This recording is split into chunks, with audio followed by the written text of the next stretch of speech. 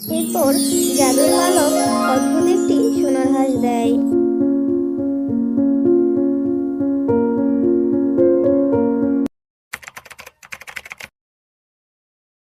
কুসুমপুর গ্রামে বাঘ ও বাঘিনী তার একমাত্র মেয়ে ববিকে নিয়ে বাস করত। তাদের ছিল সুখের সংসার। বাবা, ও বাবা, আজকে না আমাকে ঘুরতে নিয়ে যাওয়ার কথা? তাড়াতাড়ি চলো, আমরা সবাই মিলে এখন ঘুরতে যাব। এরপর বাঘের পরিবার রাস্তা দিয়ে হাঁটছিল। এমন সময় একটা গাড়ি এসে তাদের অ্যাক্সিডেন্ট করে চলে যায়। কে কোথায় আছো গো? আমার বাবা মাকে বাঁচাও, আমার বাবা মা মরে যাবে। বাবা মা, তোমরা আমাকে ছেড়ে চলে গেলে, এখন আমি কার কাছে থাকবো? আমি কোথায় যাব? তোমরা ছাড়া যে আমার কেউ নেই। মা ববি, তোর বাবা মা মরে গেছে, তাতে কি হয়েছে? আমি তো আছি। তোর মামা যতদিন আছে ততদিন তোকে দেখে রাখবো। মা, তুই আমার সাথে চল। একা একা তুই এই বাড়িতে কি করে থাকবি? মামা, ও মামা, আমি আমার বাবা মার কাছে যাব। বাবা মার কথা খুব মনে পড়ছে। আমার বাবা মা কেন আমাকে রেখে চলে গেল? ববি মা, তোমার বাবা মা নেই তাতে কি হয়েছে? আমরা তো আছি। আমি তোমাকে মায়ের আদরে বড় করব। তুমি আমার সাথে চলো। হ্যাঁ মামি, আমি বাড়িতে একা একা কি করে থাকবো? আমার যে ভীষণ ভয় লাগে। আমাকে তোমাদের সাথে নিয়ে যাও, আমি তোমাদের সাথেই চলে যাব। এরপর ববি তার মামা মামির সাথে তার মামার বাড়িতে চলে যায়। আর তার মামার মেয়ে ছিল খুবই দুষ্টু এবং হিংসুটে। সে ববিকে দেখেই ভীষণ রেগে যায়। মা, এটা কে? তুমি এই মেয়েটাকে কেন এনেছো? ওকে আমার একদমই সহ্য হচ্ছে না। ওকে দেখতে ইচ্ছে করছে না আমার। মা মিনা, ও তোমার ফুপির মেয়ে। ওর বাবা মা মরে গেছে। ও অনেক ভালো মেয়ে। ওর সাথে মিলেমিশে খেলা করবে। এখন থেকে তুমি মনে করবে ও তোমার আপন বোন। যদি কখনো ওর সাথে দুষ্টুমি করেছো তাহলে কিন্তু তোমাকে আমি দুষ্টুমির জন্য শাস্তি দিব। ও কখনোই আমার বোন হতে পারে না মা। ওকে এই বাড়ি থেকে বের করে দাও। আর ওর জন্য আমাকে শাস্তি পেতে হবে? ওর সাথে আমি কখনোই খেলবো না। আরে এই মেয়ে, তুই আমার বিরিয়ানি খাচ্ছিস কেন? বিরিয়ানি আমার অনেক পছন্দ। বিরিয়ানি আমার মা আমার জন্য রান্না করেছে। তোকে আমি এই বিরিয়ানি খেতে দেব না। তুমি আমার সাথে এমন করছো কেন বোন? আমি তো তোমার বোন হই। তুমিও আমার সাথে বিরিয়ানি খাবে, আসো আসো। আমি কখনোই তোকে বিরিয়ানি খেতে দেব না। এই বিরিয়ানি আমার। আমি এটা নিয়ে চলে যাব। এরপর মিনা ববির কাছ থেকে বিরিয়ানি নিয়ে চলে যায়। আমার যে খুব খিদে লেগেছে। বোন আমার কাছ থেকে বিরিয়ানি নিয়ে চলে গেল। আমার বাবা মা নেই বলে আমাকে কেউ ভালোবাসে না। কিরে মা ববি, এভাবে কাঁদছিস কেন? কি হয়েছে তোর? মামি, বোন আমার কাছ থেকে আমার বিরিয়ানিটা নিয়ে চলে গেছে। বোন আমাকে বিরিয়ানি খেতে দেবে না। আমার যে ভীষণ খিদে পেয়েছে। বোন আমাকে একদমই সহ্য করতে পারে না মামি। ও আচ্ছা, মিনা তাহলে তোকে বিরিয়ানি খেতে দেয়নি? এর জন্য ওকে শাস্তি ভোগ করতে হবে। আমি এক্ষুনি গিয়ে ওকে বোঝাচ্ছি। এই মেয়েটা যে কবে ভালো হবে। একদমই ববিকে সহ্য করতে পারে না।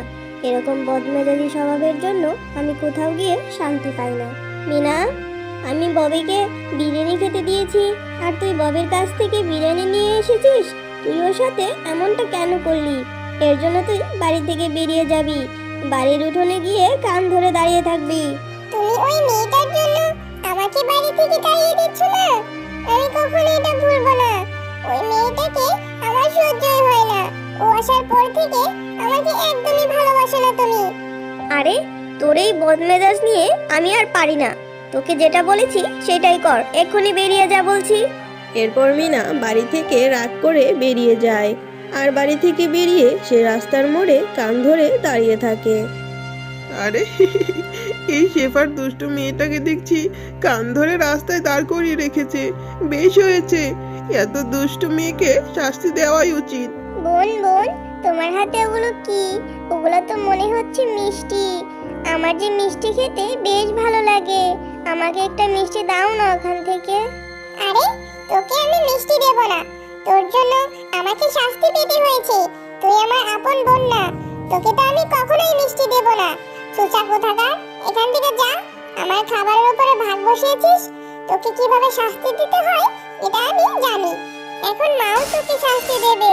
দেখ, আমি হাঁড়িটা ফেলে দিয়েছি, এখন আমি মাকে বলবো হাঁড়িটা তুই ফেলে দিয়েছিস। মা, ও মা, কোথায় গেলে? দেখো, ববি আমার মিষ্টির হাঁড়িটা ভেঙে ফেলেছে। ও মা, ববিকে শাস্তি দাও। ও মা, দেখো দেখো, ববি এই মিষ্টির হাঁড়িটা ইচ্ছে করে ভেঙে ফেলেছে। আমার কাছে ববি মিষ্টি খেতে চেয়েছিল, আমি বলেছি আমি তোকে মিষ্টি দেব না। মা এসে মিষ্টি দেবে, আর ও আমার উপর জিদ করে সব মিষ্টি নষ্ট করে দিয়েছে। মামি, ও মামি, বোন মিথ্যে কথা বলছে। মিষ্টির হাঁড়িটা বোনই ভেঙে ফেলেছে ইচ্ছে করে, আমাকে শাস্তি পাওয়াবে বলে। ববি, এখন তো দেখছি তুই মিনার থেকে বেশি দুষ্টু। তুই এই মিষ্টির হাঁড়িটা কেন ভেঙে ফেললি? এর জন্য তোকেও শাস্তি পেতে হবে। এক্ষুনি বাড়ি থেকে বেরিয়ে যা বলছি। কোথায় যাবি সেটা আমি জানি না। এই বাড়িতে আর কখনোই ফিরে আসবি না। তোকে অনেক আদর দিয়ে বাদর বানিয়েছি। মামি, আমাকে এইভাবে তাড়িয়ে দিও না মামি। তোমরা ছাড়া আমার কেউ নেই, আমি কার কাছে যাব বলো? আমার বাবা মা তো মরে গেছে। তুই কোথায় যাবি সেটা আমি কিচ্ছু জানি না। অনেক দুষ্টু হয়েছিস। এরপর ববি মন খারাপ করে বাড়ি থেকে বেরিয়ে যায়। বাবা মা, তোমরা আমাকে ছেড়ে চলে গেলে। মামিও বাড়ি থেকে বের করে দিল। আমার যে গহীন জঙ্গলের মধ্যে খুব ভয় লাগছে। আমি এখন কোথায় যাব? আমার যে যাওয়ার মতো কোনো জায়গা নেই। আরে এই মেয়ে, তুমি এই গহীন জঙ্গলের মধ্যে বসে বসে কাঁদছো কেন? তোমার কি হয়েছে? ও বাবা, এটা তো দেখছি পরী। পরী, তুমি দেখতে অনেক সুন্দর। জানো, আমার মামি আমাকে বাড়ি থেকে বের করে দিয়েছে, আর আমার বাবা মাও অ্যাক্সিডেন্ট করে মারা গেছে। আমার যে যাওয়ার মতো কোনো জায়গা নেই। তুমি আমাকে একটু সাহায্য করো না, আমি কোথায় যাব? ও আচ্ছা, তাহলে তো তোমার মনে অনেক কষ্ট। আমি তোমাকে সাহায্য করব। এই নাও, আমি তোমাকে এই জাদুর পালকটি দিয়ে দিচ্ছি। তুমি এই পালকের কাছে যেটাই চাইবে সৃষ্টিকর্তা তোমাকে সেটাই দিয়ে দিবে, আর তোমার মামির মনের ইচ্ছাও পূরণ করবে। তবে মনে রেখো, যে কোনো একটা ইচ্ছাই এই পালক পূরণ করবে। ও আচ্ছা, ঠিক আছে। কিন্তু আমার মামি যদি এই পালক দেখে বাড়ি থেকে আমাকে আবার বের করে দেয়? না, তোমার মামি তোমাকে বাড়ি থেকে বের করবে না। এই পালকটা নিয়ে তোমার মামিকে দিলে তোমার মামি আরো তোমাকে বেশি আদর করবে। এবার বাড়িতে চলে যাও, এই জঙ্গল তোমার জন্য নিরাপদ নয়। কিরে ববি, তোকে না আমি বাড়ি থেকে বের করে দিয়েছি আর বলেছি এই বাড়িতে তুই আর কখনোই আসবি না, তাহলে তুই কেন এলি? আর হাতে এটা কি নিয়ে এসেছিস? মামি, এটা জাদুই পালক, আমাকে একটা পরী দিয়েছে। এই পালকের কাছে তুমি যেটা চাইবে সৃষ্টিকর্তা সেটাই দিবে।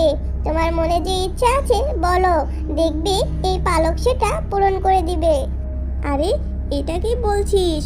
এই পালক জাদুই পালক? আচ্ছা ঠিক আছে, তাহলে তোর এই জাদুই পালককে আমার জন্য সোনা এনে দিতে বল। অনেক সোনা। আমার একটা সোনার হাঁস চাই, সোনার ডিম পাড়া হাঁস, যেই হাঁসের অনেক সোনার ডিম থাকবে। আচ্ছা ঠিক আছে মামি, আমি জাদুই পালককে এক্ষুনি বলছি। কিন্তু এই জাদুই পালক যে কোনো একটা ইচ্ছে পূরণ করবে, সে আর কোনো জাদু করতে পারবে না। জাদুর পালক, আমার মামির সোনার হাঁস চাই, সোনার ডিম পাড়া হাঁস, তুমি এনে দাও তো দেখি। এরপর জাদুই পালক অদ্ভুত একটি সোনার হাঁস দেয়। মামি দেখো দেখো, সত্যি একটা সোনার হাঁস হয়েছে, আর এই হাঁসের মধ্যেই হয়তো সোনার ডিম পাওয়া যাবে। আরে আরে, সত্যিই তো চকচকে সোনার একটা হাঁস। এত সোনা! চল চল, আমরা এই হাঁসের ঘরের মধ্যে গিয়ে দেখি। আরে, এই হাঁসের ঘরের মধ্যে তো দেখছি সবকিছুই সোনা, চকচক করছে, অনেক সোনার ডিম। আমরা তো এখন কোটিপতি হয়ে যাব। মামি, তুমি তো এখন অনেক সোনা পেয়েছো, তুমি এখন আর আমাকে বাড়ি থেকে বের করে দেবে না বলো? না রে মা, আমি আর কখনোই তোকে বাড়ি থেকে বের করে দেব না। এই সব কিছু তোরই, এই সব কিছু তুই ভোগ করবি রে মা। তোর সরল মনের জন্যই সৃষ্টিকর্তা তোকে এত উপহার দিয়েছে। এখন আমি তোকে আর কখনোই শাস্তি দেব না। হ্যাঁ বোন, তুমি অনেক ভালো। আমি আমার ভুল বুঝতে পেরেছি। এখন থেকে আমিও তোমাকে ভালোবাসবো, দুই বোন মিলেমিশে থাকবো। আমি আর কখনো তোমার সাথে দুষ্টুমি করব